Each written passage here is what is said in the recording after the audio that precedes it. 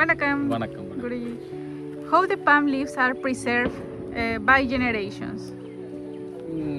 இப்போ பார்த்தீங்கன்னா சித்தர்கள் எழுதப்பட்டது வந்து பார்த்தீங்கன்னா ஒரு 3-4000 வருஷத்துக்கு முன்னாடி எழுதப்பட்ட சுவடிகள்.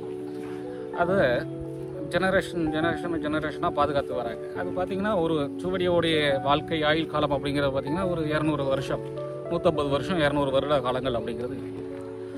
அப்போ இந்த அந்த ஓலைச்சுவடிகள் வீணாகாமல் இருக்கக்கூடியதற்கு என்ன, அதற்கு உண்டான அந்த மூலிகை சாறுகள், எண்ணெய் வித்துக்கள் அதை வந்து தடவி அதை பாதுகாப்பான முறையில் பாதுகாத்து வச்சு, அப்போ ரொம்ப வீணாகக்கூடிய டேமேஜ் ஆகக்கூடிய அந்த ஓலைச்சுவடியை வேறு சுவடியில் புதுப்பிச்சு வச்சுக்குவோம். இது வந்து என்னன்னு கேட்டிங்கன்னா இதுதான் பாதுகாக்கக்கூடிய முறை.